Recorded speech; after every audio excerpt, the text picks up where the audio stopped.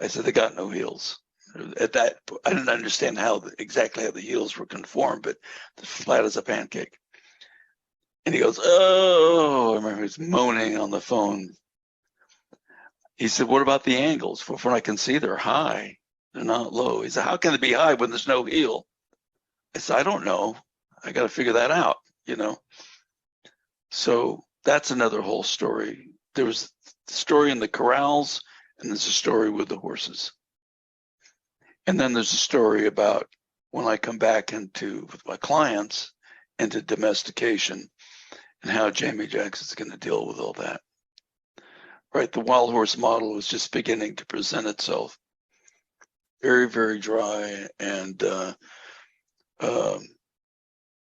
so I thought, I'm just going to walk across this field of rocks. It wasn't, maybe 100 yards, something like that. It wasn't that far across, not even that far. And I thought on the other side of the little forest, there's going to be a view out, right? So I got about halfway out across the field, and I'm having to look at the ground because it's just these rocks and they're sharp, and I'm looking there. So I get about halfway across, and I look up, and staring me in the face at the far end was this bay stallion looking at me, just looking at me. And so that was my introduction.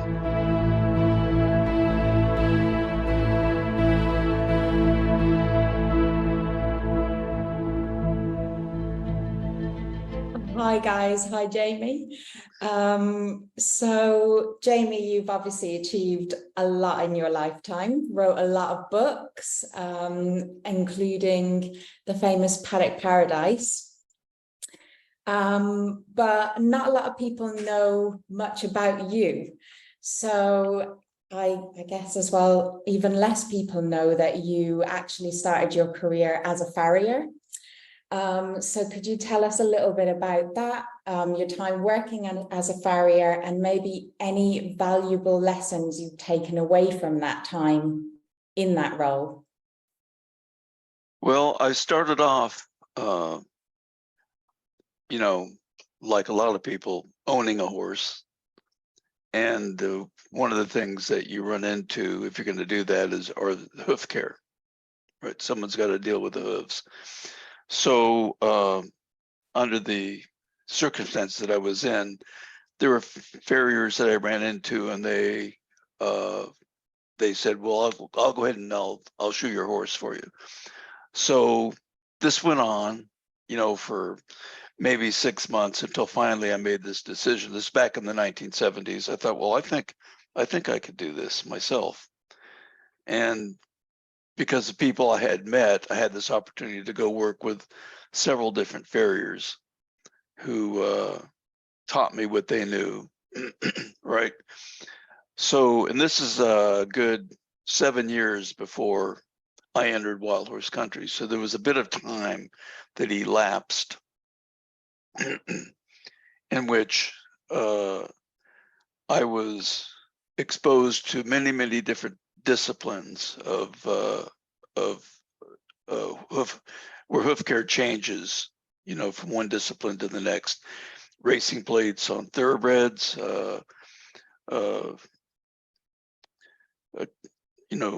shoes that are shaped a particular way to correspond to a particular type of event, like sliders, things like that, rolling toes, drawing clips, and all that stuff. So I learned all of that, and along the way, I began to see, being the sort of person that I am, begin to see the impact of the shoes and the nails that went into the hoof onto the quality of the hoof. And so I began to question things, I guess you could say. And I would do a bit of reading. And back then, in those days, the American Farrier Association had just formed during that period. And as a matter of fact, the licensing of farriers in the UK occurred about that time too. So I began to read what was available from veterinary books, some of them going back into the 1800s, to more contemporary things are being written by farriers and veterinarians. And to make a long story short, just didn't make a whole lot of sense to me. And I began to think, not only is it not making any sense, I think few are really agreeing on anything, and some of it seemed a little bit dishonest to me. So I sort of rolled with it, and I was still shoeing my own horse and that. But now and then along the way, there would be these horse owners that didn't want shoes put on their horses. And of course, their hooves on those horses, particularly in California, where I was at that point, the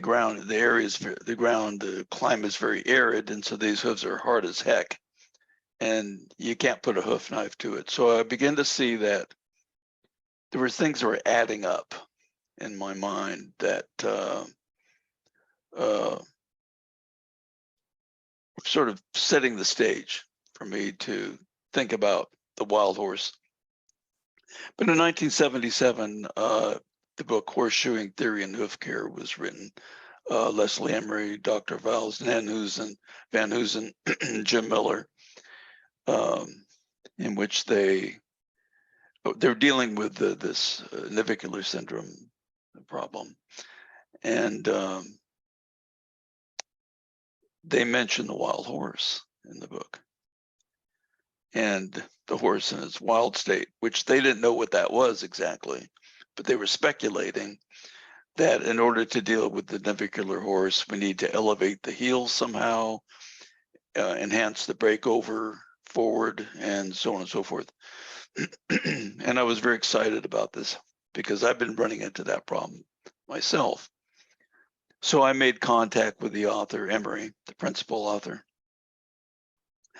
And we talked, we became actually good friends. And I went out to shoe horses with him in California. I was in Arkansas at the time. And at the polo fields where he played polo himself, and he also shod horses. And what I saw on the polo fields was more what I consider to be horse abuse. And so the hooves, I began to understand, would reflect the type of riding that was taking place, the type of shoeing that was taking place. It would impact the hooves. So this is another kind of subtle insight that began to creep into me, that there's a relationship between form and function, as I called it in my earliest writings. So that's sort of the landscape that I was working in over that 7-year period, in which I saw lots of different types of shoeing, and I attended farrier conferences and stuff like that, and so I became pretty knowledgeable on the horseshoeing front. But in the end, I saw that something was wrong. And what made you choose the US Great Basin over any other wild horse country population? Fair enough. Well, I didn't know a damn thing about wild horses. What I had heard about them in the 1970s is that they're not worth looking at. They're nothing but trouble. And there's a lot of mythology there that I came to understand. But so I didn't really think about them, right? But I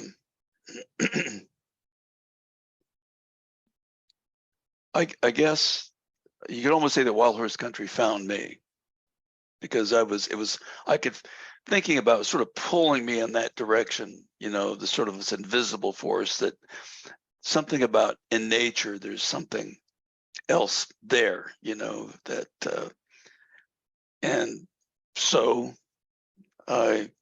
one day I was shoeing horses in a barn in California, and one of my clients came up to me and says, "Look, I got a new horse.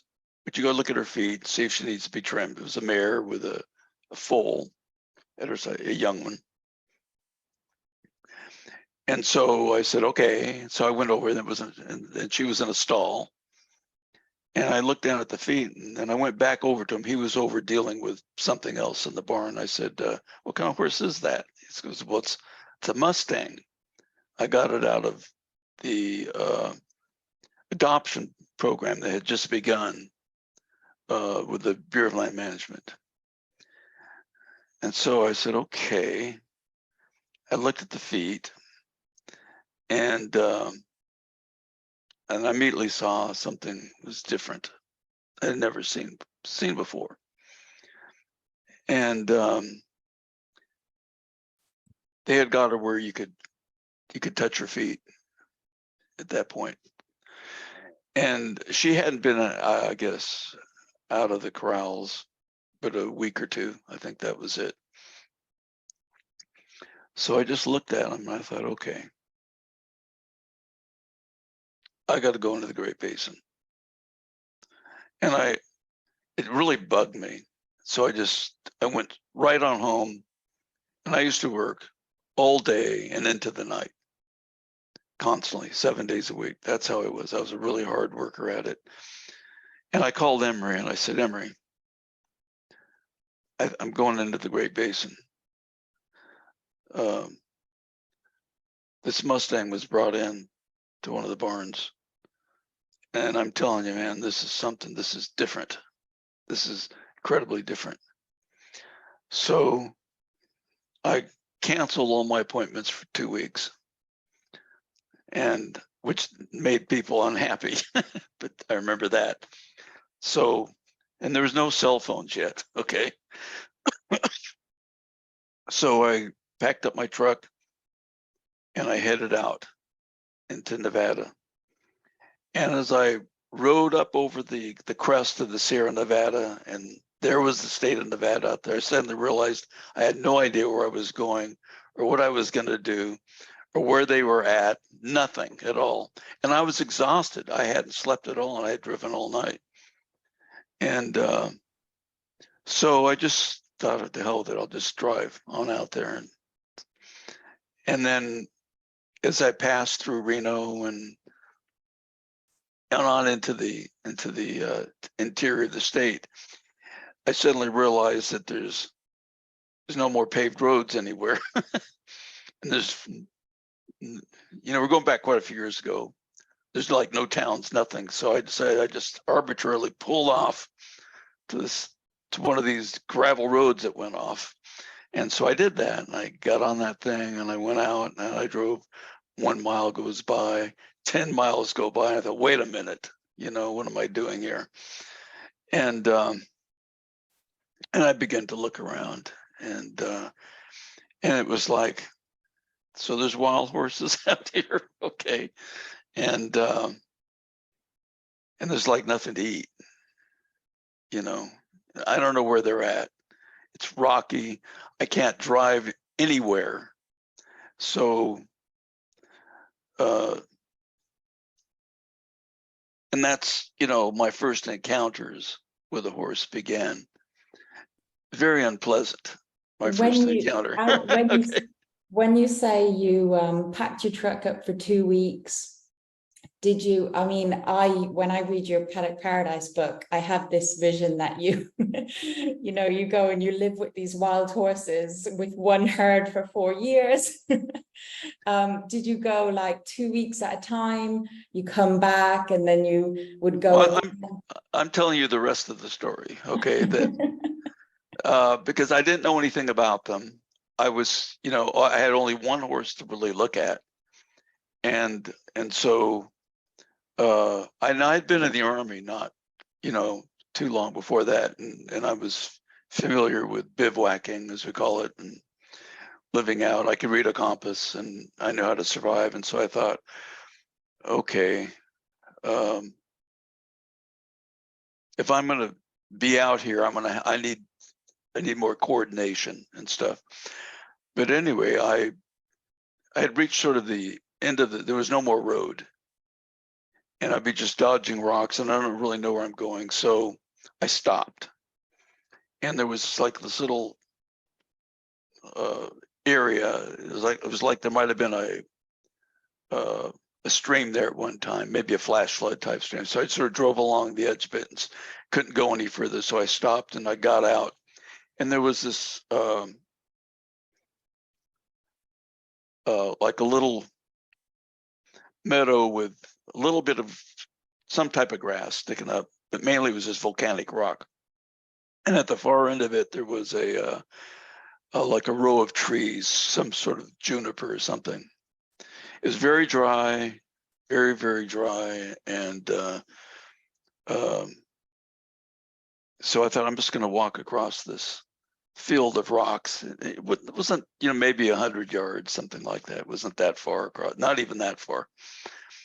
And I thought on the other side of the little forest, there's going to be a view out, right? So I got about halfway out across the field, and I'm having to look at the ground because it's just these rocks and they're sharp, you know, and I'm so looking there. So I get about halfway across, and I look up, and staring me in the face at the far end was this bay stallion looking at me, just looking at me. And so that was my introduction. And I didn't know it was a stallion. I didn't know what it was. All I know is it was wild and it was looking at me. And my heart started beating, you know, like this. I realized I was defenseless. I heard all sorts of crazy stories about them, you know, that they're dangerous to whatever. So I did what any normal American human being would do. I turned to run back to as I turned around, I hit a rock and I fell right on my face into the sand. There was a little pocket of sand in there amid all these rocks. And at this point, I'm laying down and all I could hear was my heart beating.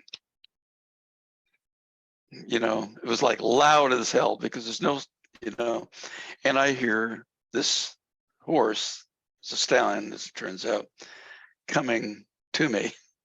And I'm still looking in the dirt and he's kicking rocks all over the place, making a hell of a bunch of noise. And I can hear him breathing, you know, right over the top of me. And he's right over the top of me. And I'm sitting there and I thought, this is it. My adventures into Wilder's Country going to come to an end right here. Now he's going to kill me, you know. And I deserve it almost for being so. So I'm sitting there waiting for the blow to come, you know, or he's going to either grab me by the neck or he's going to hit me with a hoof. And I'm laying there and it seemed like eternity, you know. And, you know, there's nothing. And maybe a minute went by and I mean, what do you do? So I thought, okay, so I turned to look up, didn't see anything. I turned all the way up and he was gone. He just left quietly with me laying on the ground like an idiot. And so I got up, brushed the sand off of me and walked over to the truck and I said, okay, I'm going to go get my shit together. So I went back into town, drove back to Reno, and I want to get myself some gear, and I'm going to get myself some water containers large enough, some fuel, and I'm going to go back out there, take a look again. So I did. I went back to town, gathered up my stuff, slept in the truck that night, and came back the next morning. And I drove back in there, same place, got out, sort of set some things up, sort of like in that photograph that I used, right? And then I walked over across the field and I looked out and there was like 1,000 horses, as far as you could, pockets of them. I was way up high and I could see down in there all these in different colors. It was just amazing, the whole thing. So I retreated back to the truck and I just sort of sat there and figured out what I'm going to do. And so, again, the sort of person that I am, I thought, I'm going to go back into town And I had found out that the headquarters for the program was in Carson City. And I would go there and I would meet the BLM. And I would ask questions. Where are the maps? What's going on? What the hell is going on out here? And then they taught me about the herd management areas, who the people in charge of them, what I can do, what I better not do, right? And they sort of laid down the law. And they said, if you're going to be out there, we just need to know where you're going to go. And they gave me ideas. And they said, you must find the water holes. I said, okay. And that's how it began. I had to learn. I had not gone to the corrals. I didn't know anything about the corrals yet. I just wanted to see the horses and see the land, observe. Isn't that the basis of science? The scientific method is you observe in nature, So that's what I did. So that was the next phase. Okay. Did you spend most of your time with one herd, or did you just wait at the waterhole? Did you kind of observe everything that came past you? Well, as I've written in Paddock Paradise, maybe somewhere else too, I can't remember, in the Natural Horse, that they have what they call her home ranges, and they're like glued to them, and so they travel in them, and they're pretty distinct. That's where the paths came from. That's how the paths showed up in the book Paddock Paradise. The track was just simply a place to direct the horses, but they'll create the paths like they did in Lompoc. You remember that, Grace? They created them in there. So I had to figure out things like food, what I call my base camp, just like in the Army. So I would set that up. I would go out, and the BLM, when I became aware of the HMAs, then I knew where to go, and I got my topo maps, and I could see where they were going to be, or they would say go over to here and do that. Now there's no roads for the most part, so you gotta hoof it. So I prepared myself with mosquito netting. Mosquitoes are terrible out there, okay? And with water, supplies, different sorts of things that I would use, and a pack on my back, and I carried a 9mm pistol with me. I don't know what I was going to run into out there, and it turned out to be a good idea. So, and snake leggings and stuff, because I was going to be where there was no people, no roads, no nothing, and then I went sort of back to that area, but they wanted me to look at other areas, Silver Peaks and different places. And so I guess you could say I got initiated, by learning to not manipulate them in any ways, but to just sort of blend in, I guess you could say. He could have killed me if he wanted to, but he didn't. So I think he's probably saw that I was sort of a hapless, hopeless character and no threat. And so eventually I began to get close to the bands, and they would look at me, and I would just sort of turn around and, go, okay, And I began to see that they had a ritual for accommodating me. And I've written a little bit about that, and that's how it works. And so then I could follow along and see where they're going to go. And I could keep my bearing with my map and my compass to see where I was.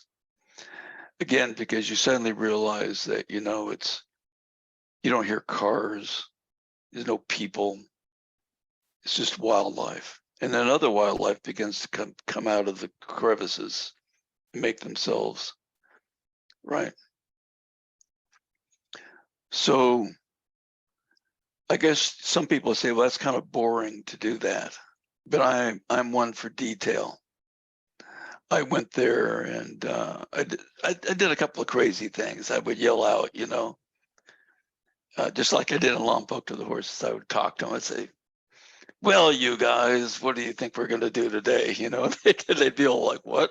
You know, and so I found these wild horses very much just, they were horses, you know, and and I began to see in time that the imaging that sort of Hollywood was putting out there about them, and little few years later, the animal rights groups showed up out there. They were really misrepresenting them, and I found that I really had very little in common with those people, and that I began to see them. I was just a student. I was just there to learn. You didn't teach them anything; they're going to teach you. And so I would spend, at the most, the longest time I spent with a particular family group would have been a month. Then I got to go back. So there was a toll taking on me now, because the more I saw what they were all about, and that's a discussion, I began to get more increasingly alienated from what was going on to domestic horses. In fact, I could go back to domestic horses, and I swear to this day that they were looking at me like I was a changed person. I could like look into them and say, holy mackerel, you know. I know what you're going through now, let me tell you. So,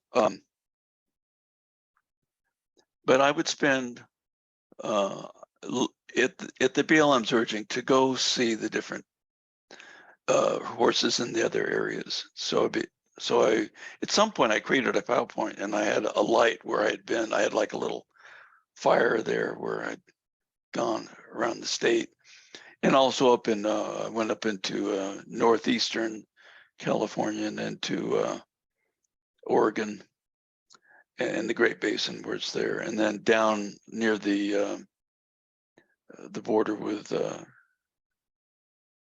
where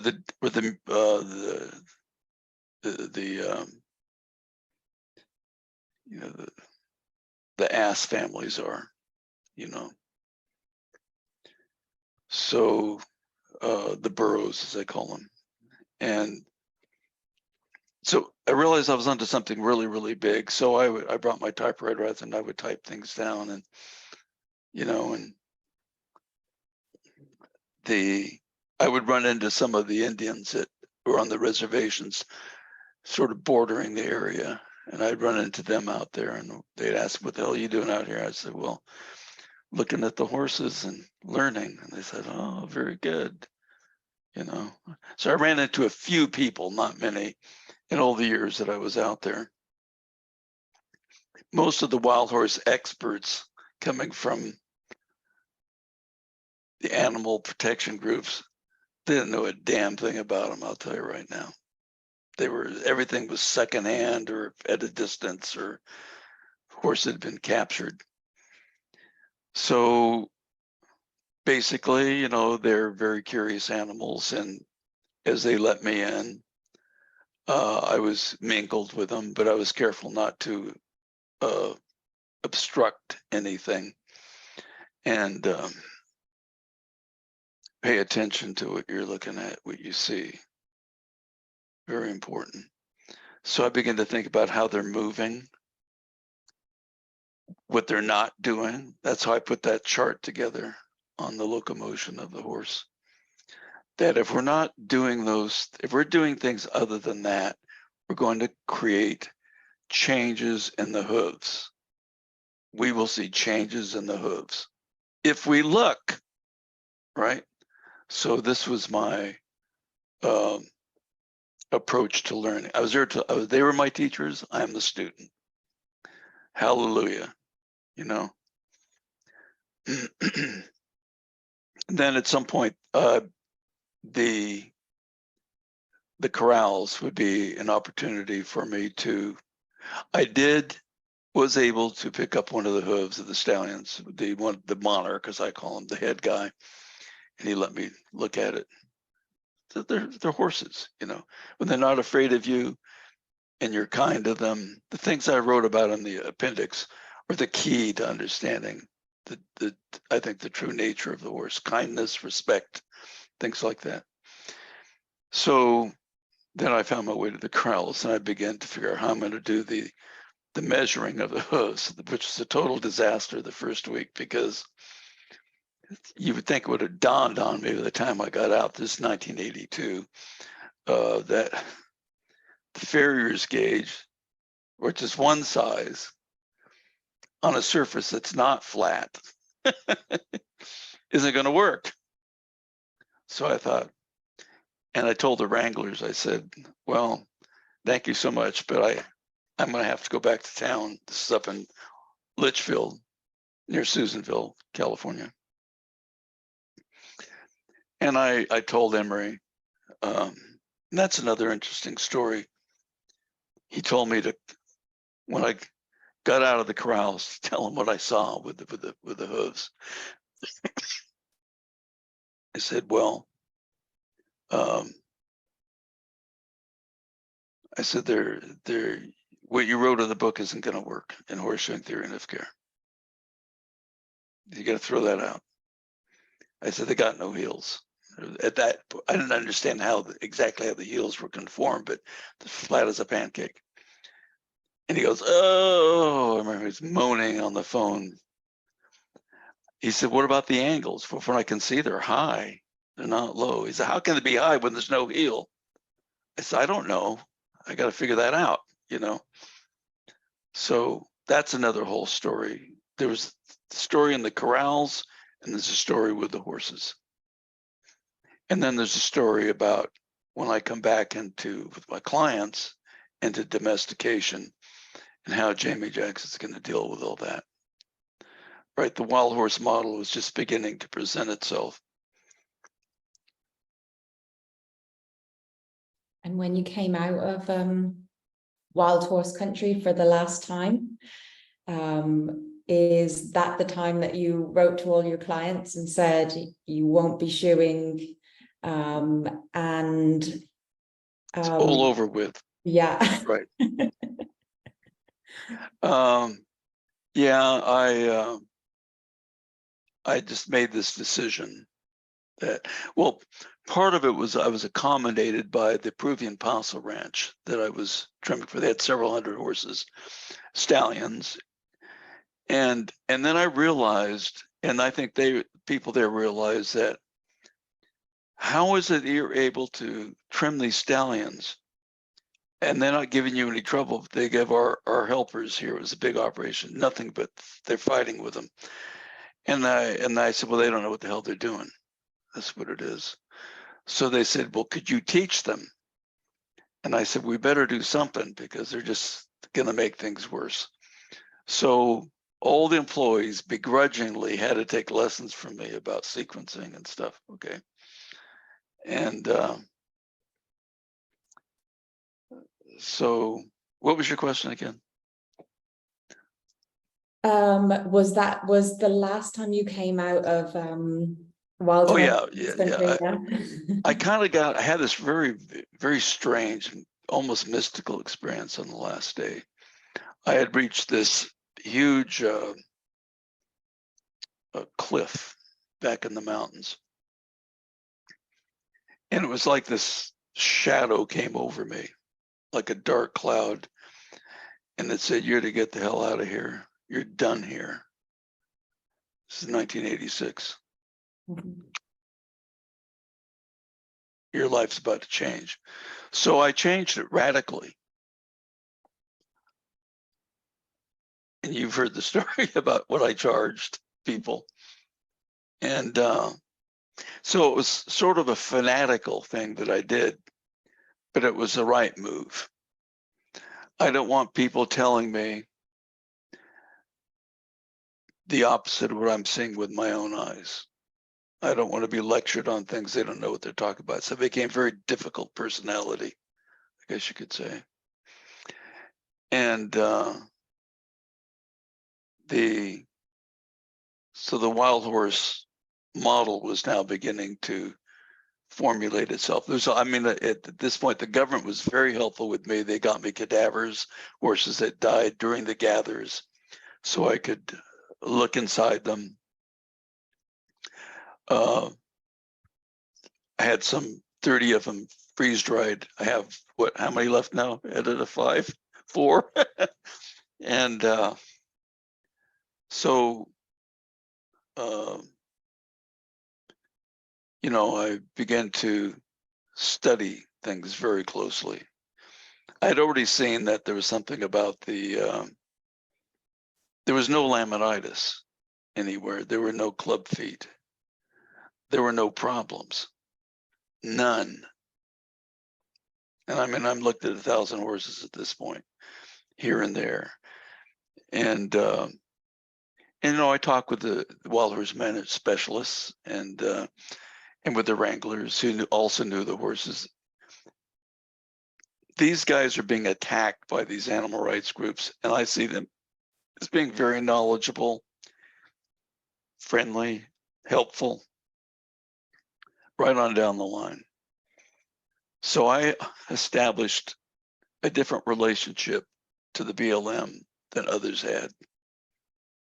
And so I began to see the politics of wild horse country pretty quick. Wild Horse Annie had just died not long before I arrived out there, and I met her secretary, Ellen Riley, in 1982, before she passed away. And they asked me if I would like to head up the International Society for the Preservation of Mustangs and Burros. And I said, what? No. I'm learning. I'm just here as a student to learn from these animals. They liked that idea, and they had never really thought of that. And Annie had either. She just wanted to protect them. And whereas I wanted to learn from them, the difference. I don't know how to run a damn camera. I still don't. So my photographs are terrible that I took, but there's information in them. So I guess as well, what you're saying is obviously you were learning from the horse as a student. At what point did you feel that you wanted to spread this information and you know, you got rid of your clients? I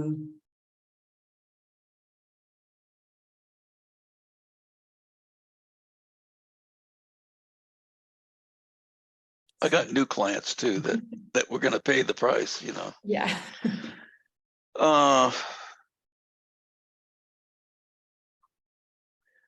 Right away.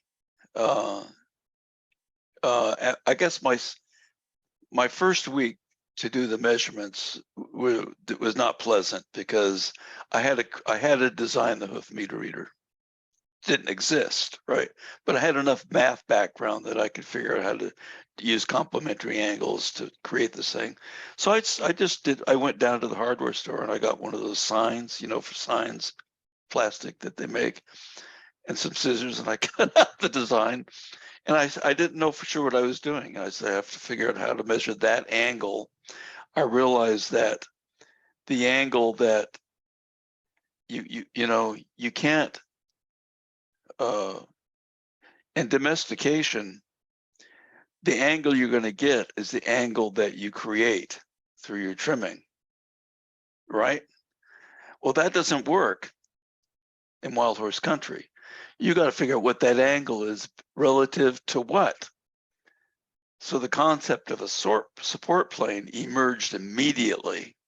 It's like, how do I do that? You put a board there and put the hoof reader and put it against it, you get an angle reading. You're not dealing with DTAs, so it's an easy job to do, right? It's quick. And bless those wranglers' hearts. I mean, they saved my life more than once out there with their roping. They didn't use the squeeze chutes, the hydraulic ones, until years later. So it's interesting.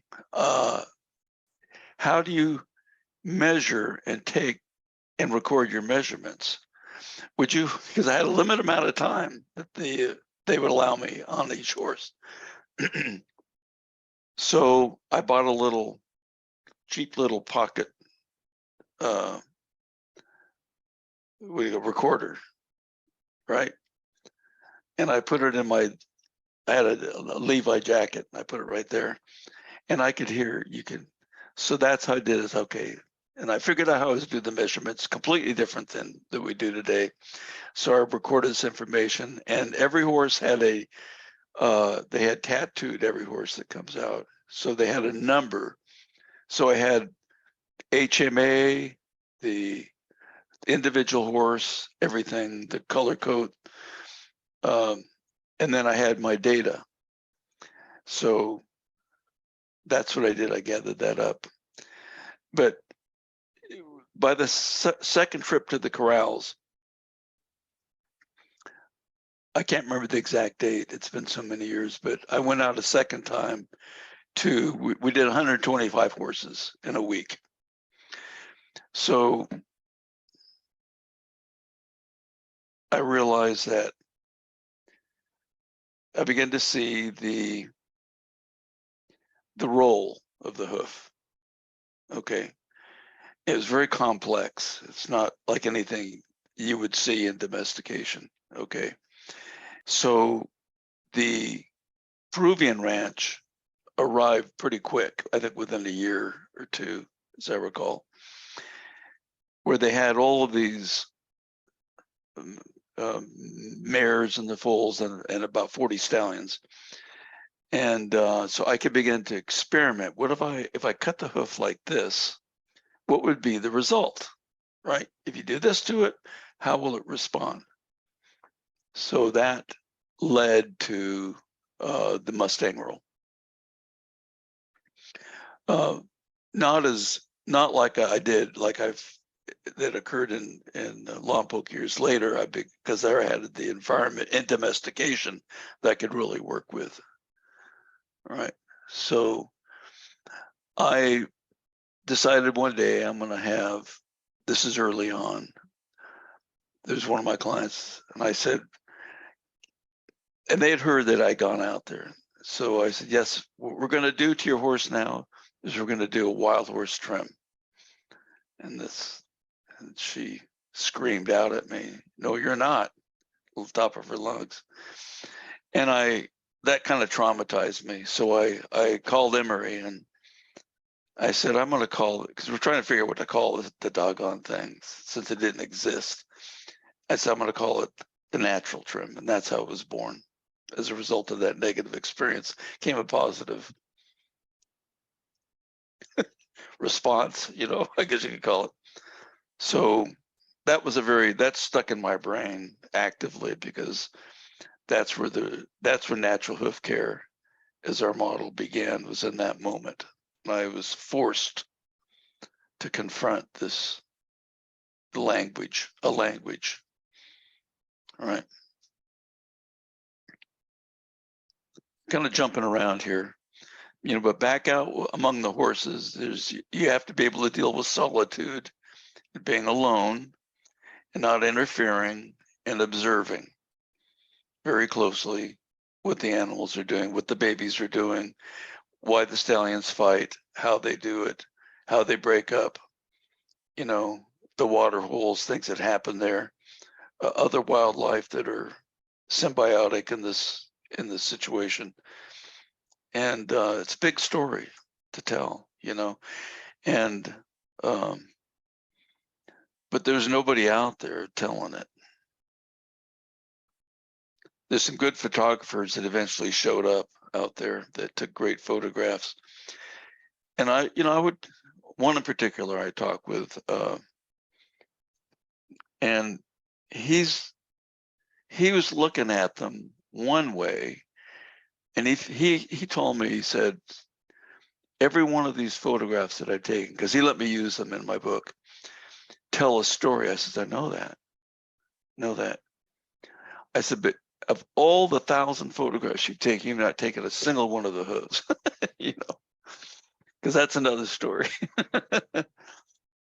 So I still hadn't written The Natural Horse. So this is still, a number of years away, from 82 to 1990. So that's yet another story about how I got it to a point where a book could be written, such as it was at the time, trying to develop a language, having really no support coming from anybody in that. So when people whine and complain they have to travel, they don't know what the hell I put up with. Don't complain to me. I'm the wrong person to complain to, to get this information. So, and I risked my life along the way, there's, there are risks, a lot of risks involved. When I was in Denmark, I'll tell you the story. I was given this talk on Paddock Paradise.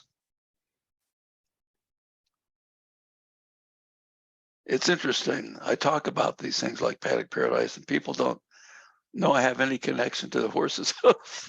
It's funny. So I'm at given this presentation, and there was a Q&A afterwards. And this woman, a trainer, a famous trainer in Denmark, as it was explained to me, she was asking me about the way the horses move. And I said, well, they move in relationship to behavior. That's how they move. And she was I felt like she's trying to get out of me something that was not there. Like, surely there's another explanation for, why they must be moving the way I think they should be moving. And that's something that I confronted early on. Actually, my first experience there was that, and with that, assume nothing. You observe and you report what you find. This to me became a principle, a guiding principle in my research, is that I will only report that which I have seen. I will not make things up. I'm not going to try and create a story that fits my belief system. The horses should be moving like this. No, it's not going to work like that. And so, the babies are curious. At first, they want to run away to their mothers or their aunts, and hide. Then eventually they want to smell you, and they just, how babies are. They'll say they just drop down in the middle of nowhere and they lay down to sleep, And so there's a 95% of the time or more, it's just quiet. You're always raising the young, because that's what they do, or they have babies. And there's a lot of nurturing. There's a lot of I wrote something when I spoke at that Laminitis Symposium about the at night, the stallions, the monarchs, they have this sound they make. I've not heard it in domestication. They trumpet this thing out in the night, and then all of a sudden they respond to it. Others respond like they're coordinating, and then it goes quiet. Things like that, and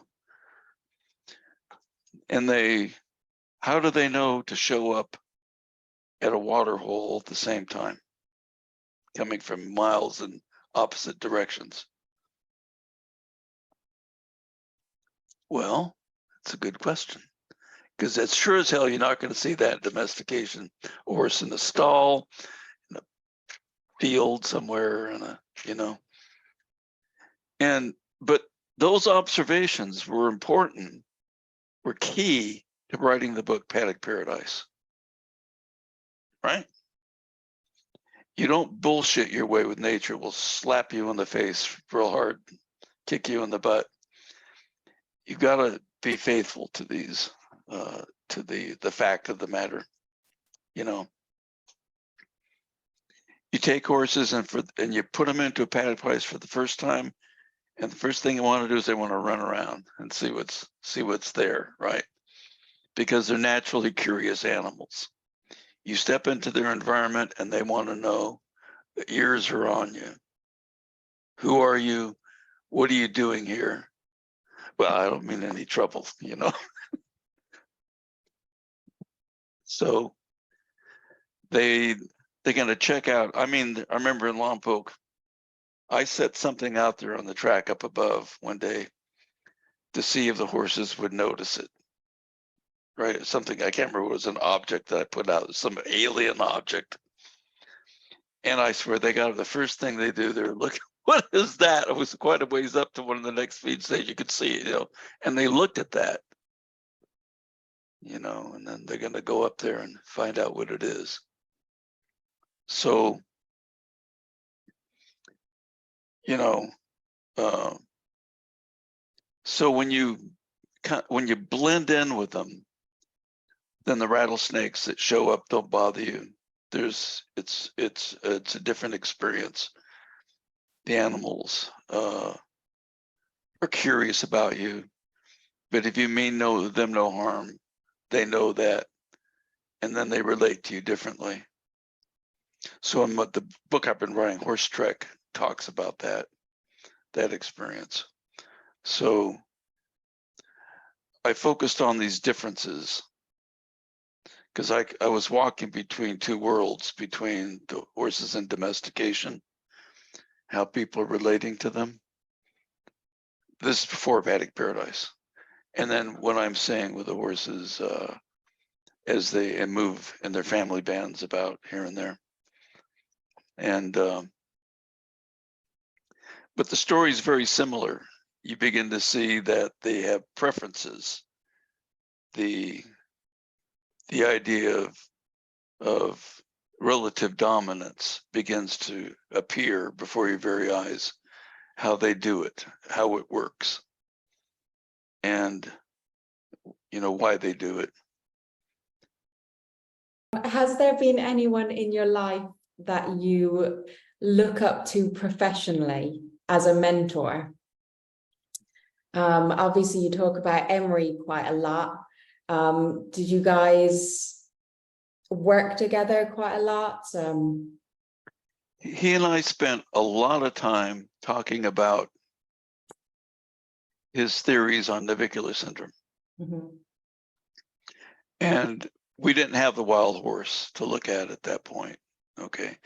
So, you know, I spent countless hours talking on the phone, or I would go to visit him and he was quite inventive. He came up with a tripod hoof stand. It was a bit different than the one today, but it was definitely in the right direction. So a lot of these innovations and tools, same with the Evo, as a result of he and I grappling with, they didn't exist, right? There were no radius rasps, you know. How do we get the roll to, you know, how do you,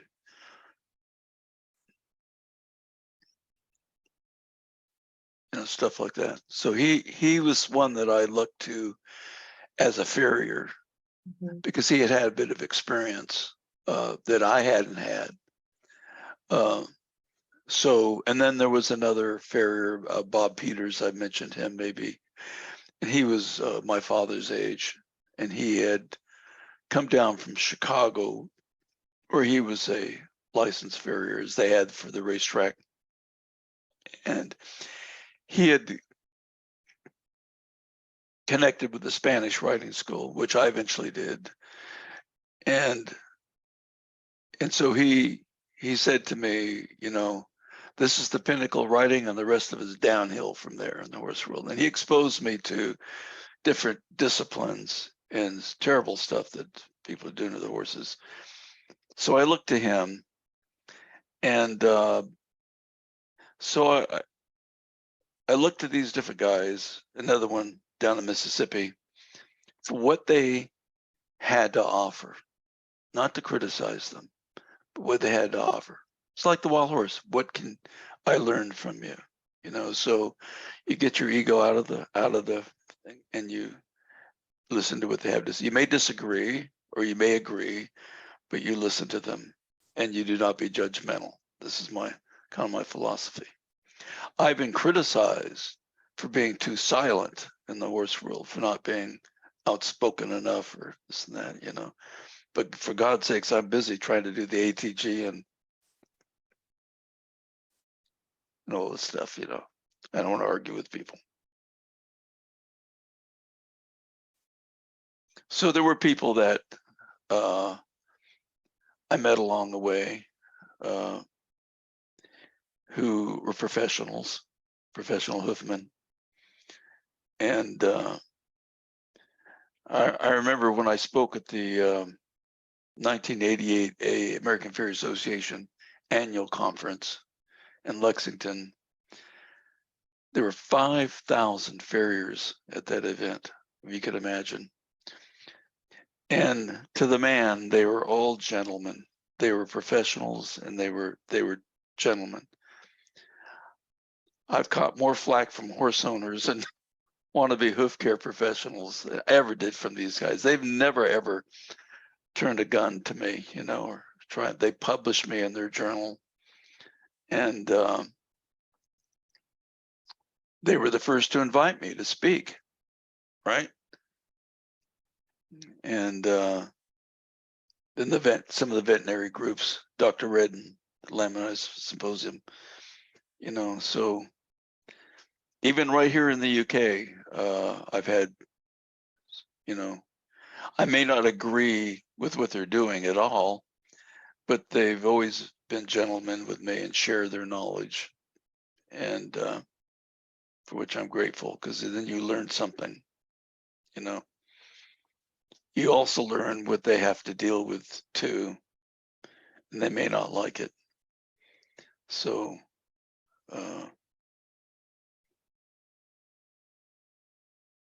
yeah.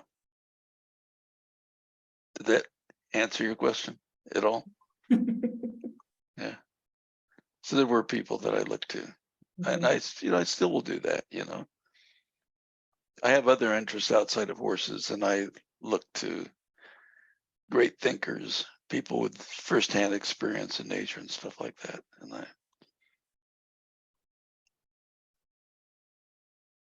Do you think your biggest challenge coming out of wild horse country were the owners, the general horse people?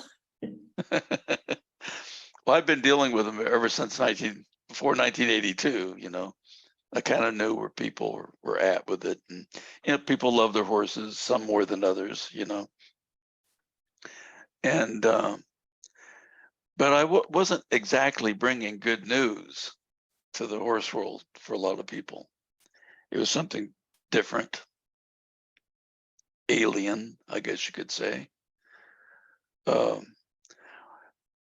if any one of you here before me right now, if you had never heard of anything about any of this and you were in your equestrian tradition, I walked up to you and I said, you know, you should take the shoes off and do what the wild horses do. You probably think I'm out of my mind, you know, a nut for doing that. But times have changed, you know, it's different now. And back then, wild horses are broomtails, that's what they call them. And they're good for the meat market, and they're just taking up use of land that the cattlemen or the sheepmen or whatever using that.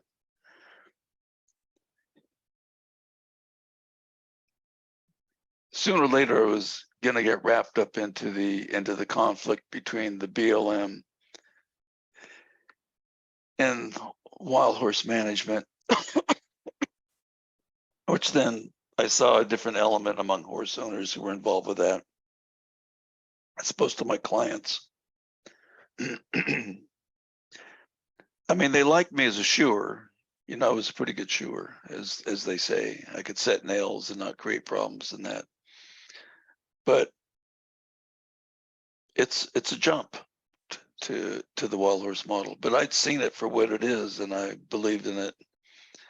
And if they can run over volcanic rock, they can run around on a track, you know, and get healthier, you know.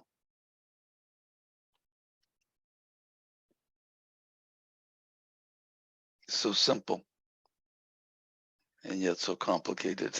Yeah. One last question.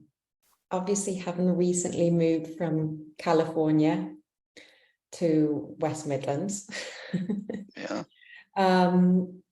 what can you see as the biggest challenges that we in the UK face compared to, you know, obviously the US? Well, hopefully we will face them together, right? So I'll be looking for your input, whatever we do. I think there needs to be land reform going to take place. And I think that Paddock Paradise can be a safe haven for horses. I kind of see it that we can get them into there. We got a fighting chance. Okay. We worked out the diet in Lompoc, but there are conflicts from country to country. You know, right? There are controls. There's availability of certain forages and what have you. So that needs to be dealt with. I think with the ATG, the arrival of the ATG, I think we have a complete picture to work with at the hooves that will hold water anywhere. I'll debate any expert, anytime, any place, and we will prevail. Okay. But it's hard to do that when diets are terrible. There is no land reform. Certain people are able to track properties. So there's that. We need to treat NHC with respect. It deserves that. And there's a lot of mean-spirited people out there who would betray it, you know. So we need to be strong, whatever we do. So how many years now has it been since I've stepped into Walther's country? You know, we've come a ways. I mean, we're reaching many, many people around the planet, but there's a lot of people that jump in there to make it into something, whatever they want. You know, it's okay. I guess it's better than nothing. But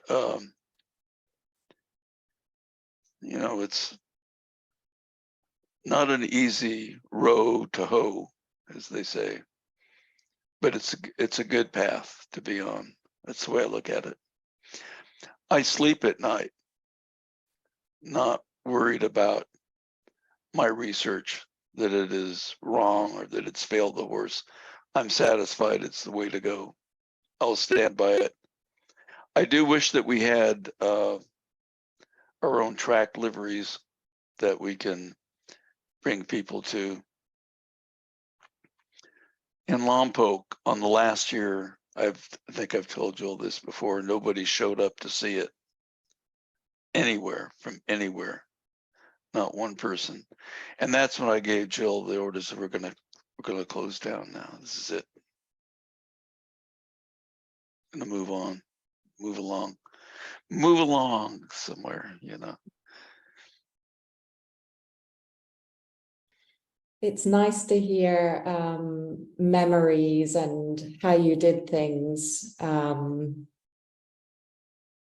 Yeah, things that, you know, we wish we could have done. But super glad that someone has done this research. You know, that's interesting. There's still the need for more research to take place. Diet being one important one. I've been tooting that horn for decades and decades before the ANHCP came along, you know. And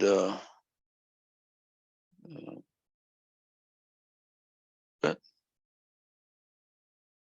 Like I said, you answered all of my questions within the first 5 minutes, Jamie. Well, thank you, Grace. I hope that there's been something useful come out of this, or Yeah, for interesting, sure. if nothing else.